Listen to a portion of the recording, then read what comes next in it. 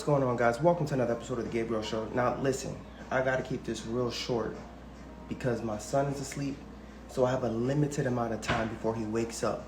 So that's why I titled this, Time is Limited. But in general, time is limited, all right? So today's April 13th, 2024, right? And my voice is raspy, my voice is shaking. I'm not gonna lie to you, this is very emotional. See that man right there? That's my father, right? And Mr. Fritz Gabriel, he named me after him. I wanted to just take a little bit of time to just share the story of who my father is, right? So unfortunately, my father passed away in 2020 from COVID, right? April 13th, 2020 from COVID. And damn, man, it hurt me really, really bad. Because my father was my best friend, right? Literally was my best friend. Every year, I've always been sad. I always cried about it. But for some reason, this morning, I woke up. I felt joy in my heart. Because you know what, Dad? Thank you. Because now, I'm a dad, right? It's my turn. I don't know if you ever watched Lion King when I think Mufasa died and then Simba had to take over. I don't know, but I woke up, it's like a euphoric feeling. And usually, I'm not asking for no pity. We usually feel sad when somebody passes in our life. But we got to take the time and think about their legacy. If they weren't here, how would your life be like? You feel me? So, it's just crazy because sometimes God do things and you ask him and you question him. You say, God, why? Why me? Why'd you do this? But there's a bigger plan, And I'm never going to question God, okay? So let me take it back to 2010. See, in 2010, my father, he was always in and out, going to Haiti. He was an entrepreneur. He has 2 homes in Haiti. One is a hotel, right? And then he had another house on top of a mountaintop that he was going to transform to become a hotel, like a Beverly Hills type of thing. This guy was an entrepreneur. He worked his butt off the entire time he was in the United States, just developing his entrepreneurship. He's gone now, but these 2 properties, they still make money for our family to this day, right? So it's incredible. He taught me entrepreneurship. He always taught me just how to grind and make something out of your efforts, right? But it just sucks because my dad busted his butt and he got sick. You know what I mean? When he died, not a brick went with him. All those hustles and hours he put in, not a break went with him, And as he got older, he taught me a lot of valuable lessons about chasing your dreams, but the balance between putting God first and also putting your family first. Because when you go, you can't go with nothing, right? But everything happened for a reason. So in 2010, my father was in Haiti. He was working on his projects, and boom, an earthquake happened, right? A whole earthquake happened. It was freaking traumatizing. That's why the other day when those earthquakes here, I had PTSD. So my grandma and my dad was in Haiti at the time, and I was freaking bugging out.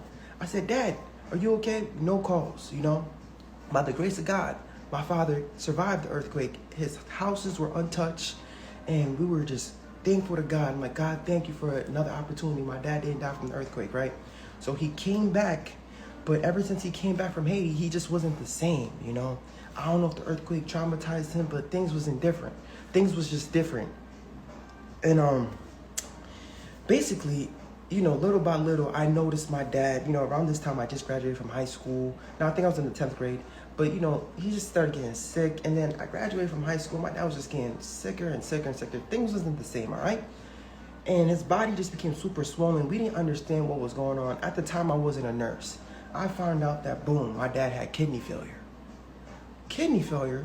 He didn't know. Unfortunately, Caribbean people, we thought it was some type of voodoo or something, because my dad got super swollen. And then I'll never forget, we went to the hospital with my dad, and, the doctors told us what it was, and he said, yo, your dad has kidney failure.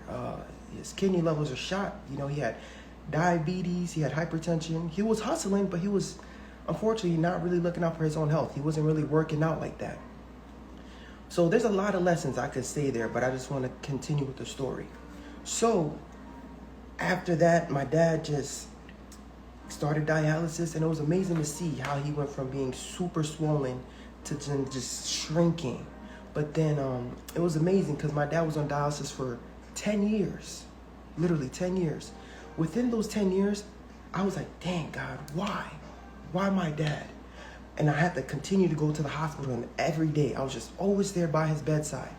I didn't know what I wanted to do for a living, right? I was trying to become an international businessman. Matter of fact, I was trying to do network marketing. I was one of those people that was like, yo, you should be here, right? I didn't even go to college right away.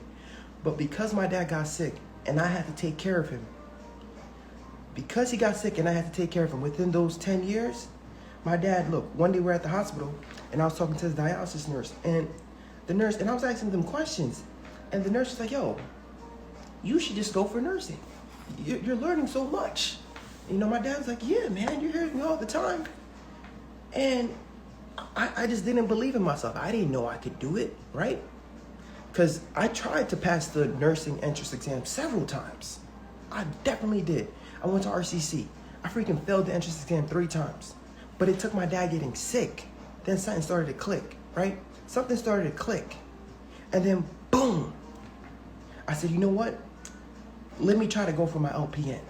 Because I just wanted to show my dad while he was alive. I just wanted to make him happy. I didn't even like nursing. And I said, all right, Dad, I'm going to do it for you. I'm going to go for my LPN. By the grace of God, right? Even when the sick of my dad got, I felt like I was just motivated to become smarter, to become greater, right? So I graduated RCC with honors, right? And then I'm like, damn, time is limited. My dad, I don't know how much longer he has left on dialysis, right? I got to continue grinding. So boom, after RCC, I went for my LPN. I freaking got honors with that, right? After my LPN, I said, nah, my dad, he wants me to continue grinding. He wants me to become a nurse, right? A dialysis nurse, right? I had to become an RN. So I went back to school, boom, got my RN. But my dad said, you're not done. You could keep on going. So from my RN, I went from my RN, then I got my BSN. And then my dad's like, dang, you could become a doctor if you want to. I said, all right, Dad, I ain't trying to do all that, but you know what? Let me get my master's. And then boom, I got my master's at the age of 25. But you know what sucks? As soon as I got my master's, right, my dad dies. My dad was my #1 patient. I was the one who was putting the medicine in his boxes, right? I was taking him to his doctor's appointment. So when my dad died in 2020, I lost my purpose. I was depressed. And you know what sucks? I went to the hospital for my dad every single time. But when he went to the hospital that day in 2020 from COVID, I couldn't go. I couldn't be there for him. But what sucks the most, right, is because my dad said he was always going to get a kidney. He said he was always going to get a kidney, right? But God came through. My dad waited 10 years, and he finally got a kidney. He finally got that kidney. And then 2 weeks later, he dies from COVID. Just like that. So, listen, there's a lot of lessons I could break down, right? There's a lot of lessons I could tell you in regards to my testimony. Because you're praying for something. God can give it to you, right? But he didn't tell you how long you can get it. He didn't tell you how long you're going to keep it for. Like, there was I posted something on my stories today. I said, look, I can give you $10 million today. But here's the catch. You want that $10 million, right? Of course. But the catch is, you won't wake up tomorrow. Do you still want that $10 million? Absolutely not. So therefore, that shows your life is more valuable. You can't put a dollar cost to it. All that success, right? Getting my master's at the age of 25. Everything I felt like I achieved. I was just so down. But now, I'm just sitting here like, yo, life. There's no dollar cost you could put on life. Time is limited, and it's just crazy how I would never, I can't go back to school, right? Since my dad passed, I said, yo, that's it. He was the reason why I was doing it. But it's just crazy the amount of things that you guys can do when you put your mind to it, when you put God first. And there's things that happen in your life you think is a curse, but it's actually a blessing, because if my dad didn't get sick, I would have never became a nurse, right? And, you know, we could keep our head down and we can cry and we could stay sad and, you know, but at the end of the day, God knows what he's doing. God is an adult. You see, when we're babies and our parents like moves us from danger, we always question our parents. Why won't you let me touch the fire? Why won't you let me put these things in my mouth?